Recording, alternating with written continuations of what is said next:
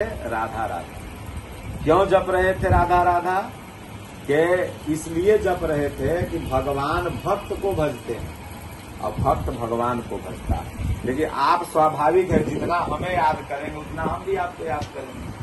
तो भगवान के लिए राधा रानी का ही चोली कभी नहीं जीता सूखा था, इतना रोटी था। तो प्रभु चले गए, आएंगे और बगल में ही था, चाहती तो चल जाती, सब कोई गया भी था, लेकिन कहीं नहीं, कन्हैया झूठ नहीं बोल सकता है। वो कहा है कि आएंगे तो आएंगे और मैं यहीं से उनका दर्शन करूं, आजीवन नहीं गई। और उसके बाद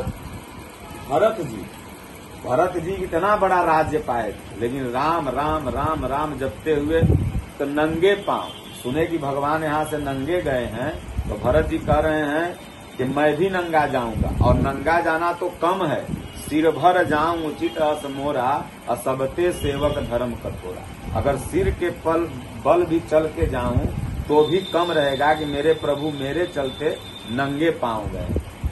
तब जाके जब भरत जी इतना राम को जप रहे थे, तब राम जी चित्रकूट से भरत जप रहे। राधा जी जब इतना कृष्ण को जप रही थी, तब भगवान कृष्ण राधा राधा जप रहे थे।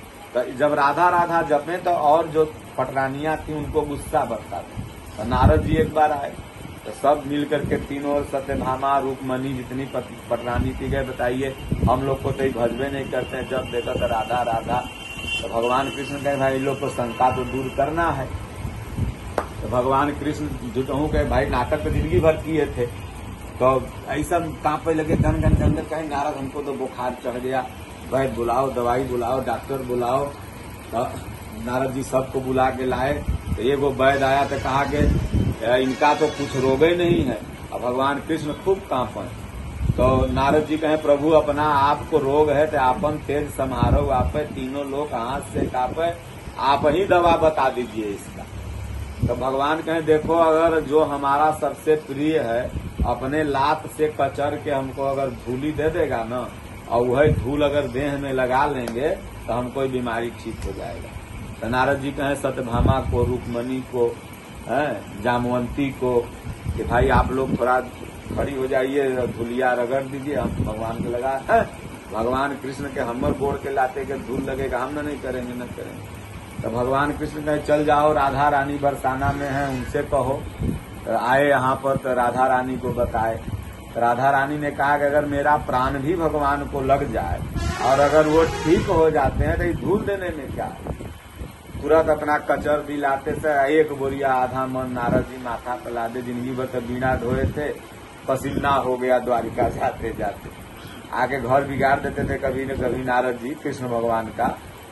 तब उन्हों के दंड दे दिए कि एक मन ढोलवाए बालू, और झूठों को तुम मुट्ठी छीटे भगवान कृष्ण छीट। अब सोचिए कि सबसे ज्यादा प्रेम कौन कर रहा था? राधा जी, कि भगवान मेरे ठीक हो जाए, इसके लिए प्राण नहीं, अगर ये बालू का कण भी क्या है। तो भगवान कहे देखो राधा जी को हम इसीलिए सबसे ज्यादा मानते हैं और इसीलिए राधा का नाम लेते हैं। तो भक्त को, आप भक्त हैं और भगवान वो है, तो हम उनको जितना भजेंगे या द, और उधर से क्या होगा द या, हम जितना ईश्वर को याद करेंगे वह ईश्वर उतना उधर से दया करेगा। अपने आप ये नियम है। तो ईश्वर को याद करेंगे, ये भूत प्रेत दुनिया जहान डाइन जोगिन नहीं, ईश्वर के आगे उसका कुछ अस्तित्व ही नहीं है। ईश्वर सर्वोत्तम पावरफुल व्यक्ति है, परमात्मा सबको धारण करने वाला है, सबको